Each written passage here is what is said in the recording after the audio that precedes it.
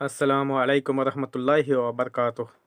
সম্মানিত দর্শকবৃন্দ, আজ আমরা চলে এসেছি তাজবিদুল কোরআন অর্থাৎ সহি মাখরাজ সহকারে কোরআন শিক্ষার 3 নম্বর ক্লাসে।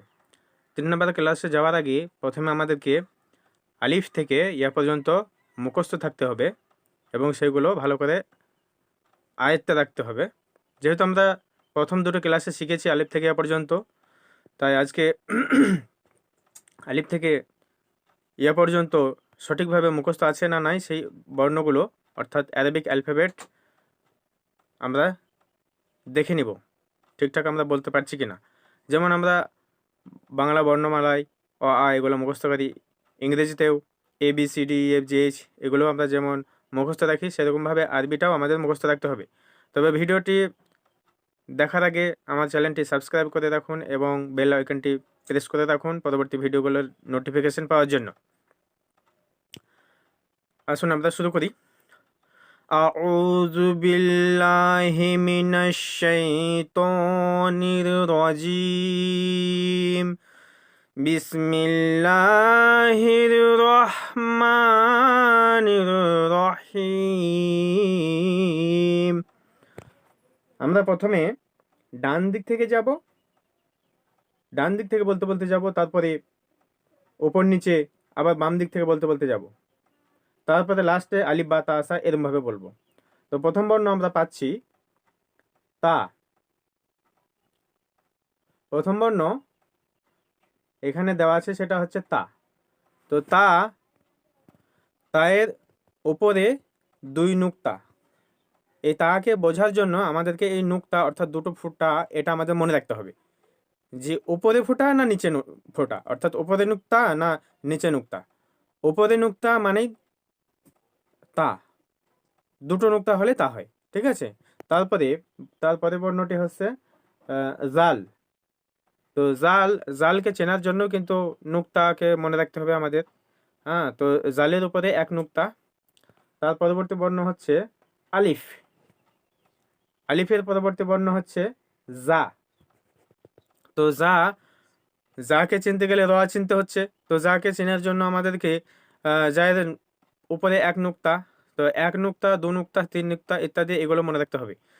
যা। তারপরে হচ্ছে খ। তো খ খয়ের উপরে 1 নুক্তা। তার পরবর্তী বর্ণ হচ্ছে ত। তো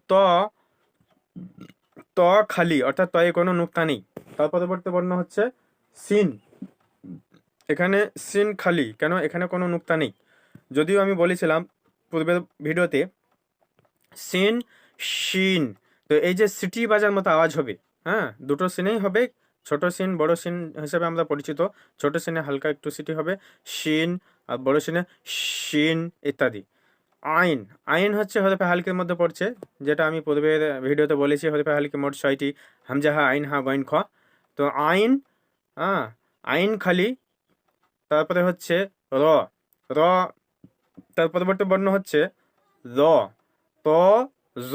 তো জয়ের পেটে 1 নুক্তা, হ্যাঁ, অর্থাৎ জয়ের মাথায় মানে জয়ে একটা নুক্তা হবে। তো জ চেনার জন্য আমাদেরকে পার্থক্য করতে হবে নুক্তা দ্বারা, ঠিক আছে। তার পরবর্তী বর্ণ হচ্ছে সদ। সদ এটাও খালি, সদে কোনো নুক্তা নেই। তার পরবর্তী বর্ণ হচ্ছে বা। তো এই বাতে অনেক সময় বিদ্যার্থীরা অর্থাৎ শিক্ষার্থীরা ভুল করে, বাকে নুন বলে দেয়, নুনকে বা বলে দেয়। এটা মাথায় রাখতে হবে, বা সর্বদা নিচে ফোটা হবে, আর নুনে উপরে ফোটা হবে। বায়ের পরে হচ্ছে ফা। ফা অনেকটা বায়ের মতো, কিন্তু ওপরে একটু গোল হবে। যাই হোক, ফা আমি পূর্বের বর্ণে কি বলে পূর্বের ভিডিওতে আমি শিখিয়েছিলাম লেখা কিভাবে লিখতে হয়। হ্যাঁ, এরকমভাবে লিখতে হয় ফা, সেটা আমি পূর্বের ভিডিওতে শিখিয়েছি। তো ফা এর পরে হচ্ছে শিন। তো এই শিনের উপরে হচ্ছে 3 নুক্তা। হ্যাঁ, যেটা আমরা জানি ছোট শিন বড় শিন, তো এটা বড় শিন বা শিন, হ্যাঁ, নুক্তাযুক্ত শিন, 3 নুক্তা। তার পরবর্তী বর্ণ হচ্ছে ইয়া। তো ইয়া, এটা ছয়ের মধ্যে ইয়া ইয়া দু তিন রকমের আছে। হ্যাঁ, সেগুলো মানে দুই রকমের ইয়া আছে যেটা আমরা পূর্বে শিখেছি। তো যুক্তাক্ষরের সময় কীরকমভাবে লিখতে হয় না হয় সেগুলো যুক্তাক্ষর শেখাবো যখন পরবর্তী ক্লাসগুলোতে, তখন আমরা জেনে নেব। ইয়ার পরে হচ্ছে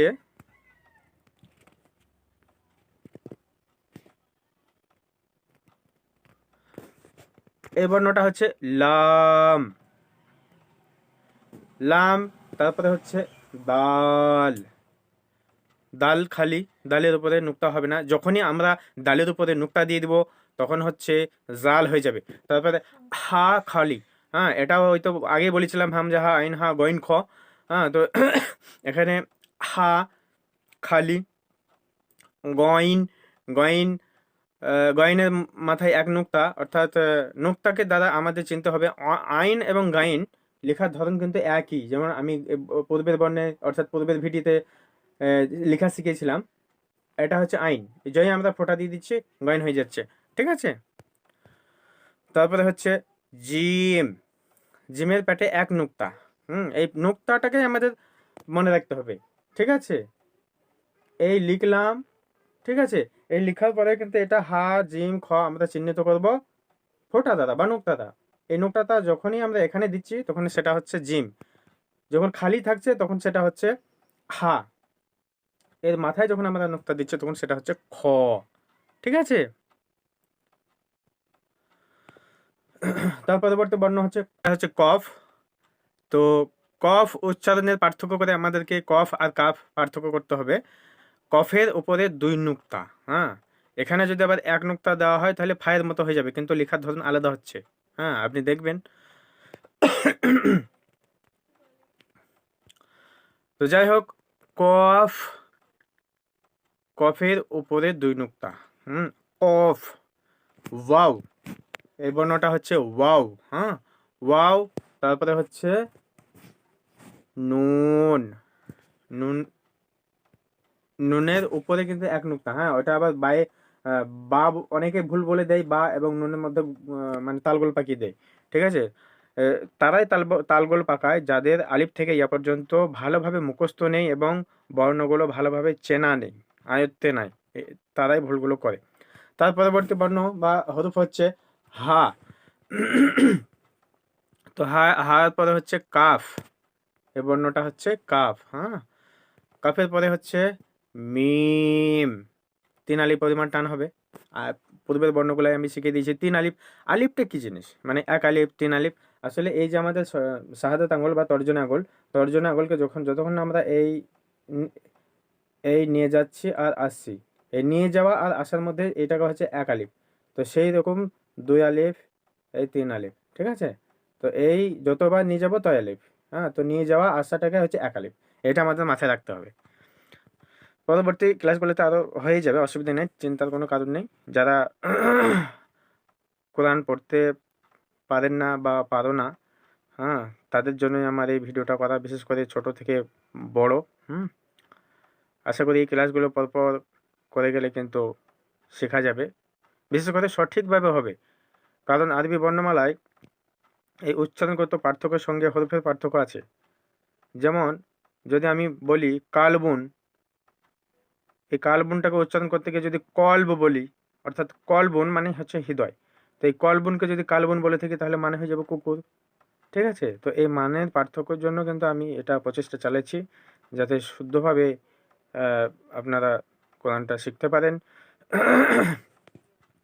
তো কবে মিম হলো, মিমের পরে হচ্ছে রদ, সদ, জদ। তো জদের মাথায় এক নুক্তা, অর্থাৎ জদের নুক্তা আমাদেরকে চিনতে হবে যে জদে আছে নুক্তা না সদে আছে।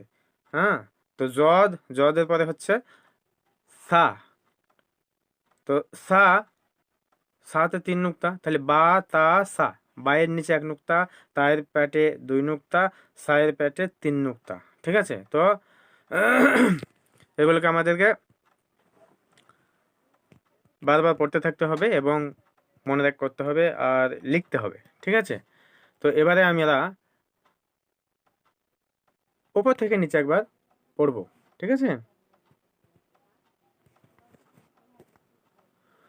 উপর থেকে নিচে পড়িনি আমরা,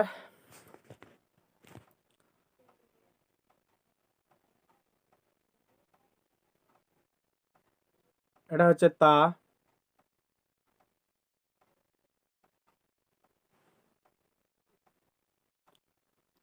ত, সদ, লাম, কফ, মিম।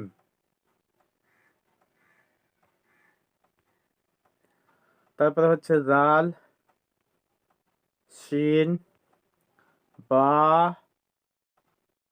দাল, ওয়াও,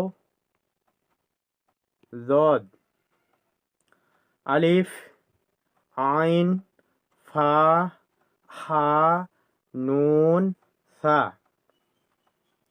তারপরে হচ্ছে জা, র, শিন, গইন, হা, হামজা। তারপরে হচ্ছে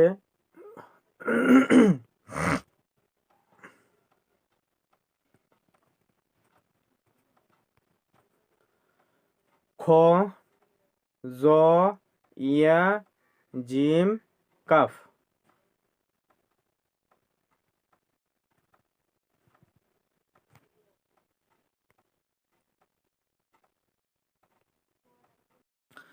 এবারে আমরা নিচ থেকে উপরে যাব।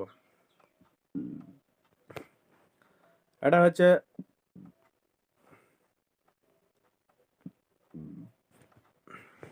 হচ্ছে হামজা।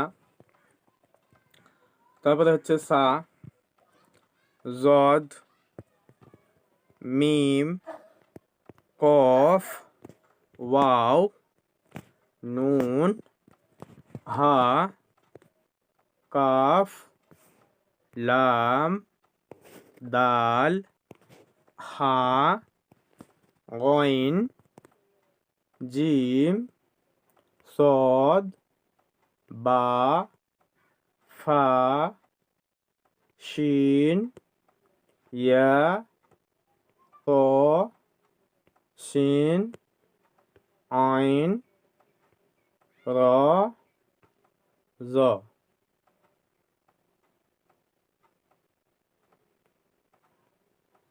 তা,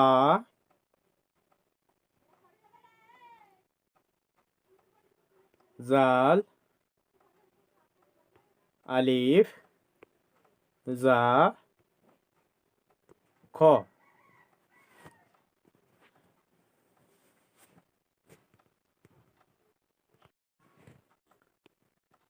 এবারে আমরা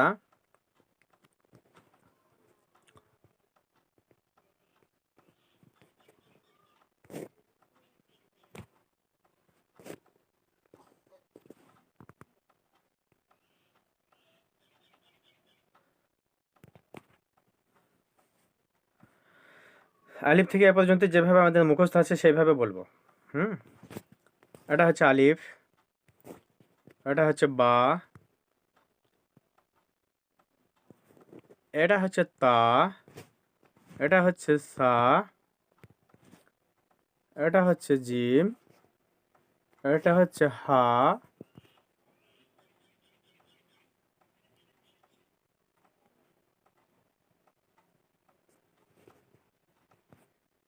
এটা হচ্ছে খ,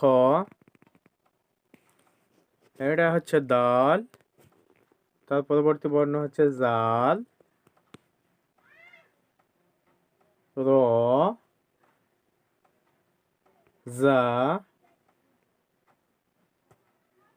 শিন, শিন, সদ,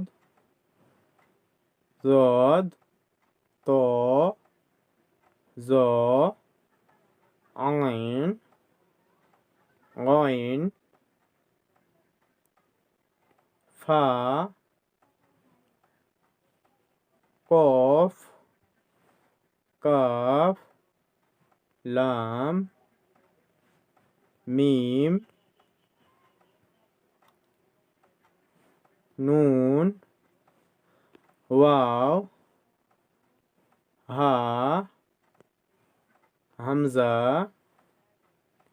ইয়া। তো আলিফ থেকে এখানে ইয়া পর্যন্ত মোট 29টি বর্ণকে দেখানো হয়েছে। আমি এর পূর্বেই বলেছিলাম আলিফ আর হামজা একটাই বর্ণ, যখন আলিফ হামজা এর উপরে জাবার জের পেশ দেওয়া হয় তখন সেটা আর আলিফ থাকে না, হামজা হয়ে যায়। সেই হিসাবে আমাদের বর্ণমালা মোট 28টি। তো এভাবে বারবার ভিডিওটা দেখতে থাকুন আর পড়তে থাকুন আর খাতায় লিখতে থাকুন। দেখুন খুব সহজেই স্টেপ বাই স্টেপ আমাদের ক্লাসগুলো করলে অতি সহজেই কিন্তু শুদ্ধভাবে কোরআন শিখতে পারা যাবে। হুম সকলে ভালো থাকবেন, সুস্থ থাকবেন। আর আমার বলার বা লেখার মধ্যে যদি কোনো ভুল থাকে তো আপনাদের কাছে মার্জনীয়। জাযাকাল্লাহু খায়র। আসসালামু আলাইকুম ওয়া রাহমাতুল্লাহি ওয়া বারাকাতুহু।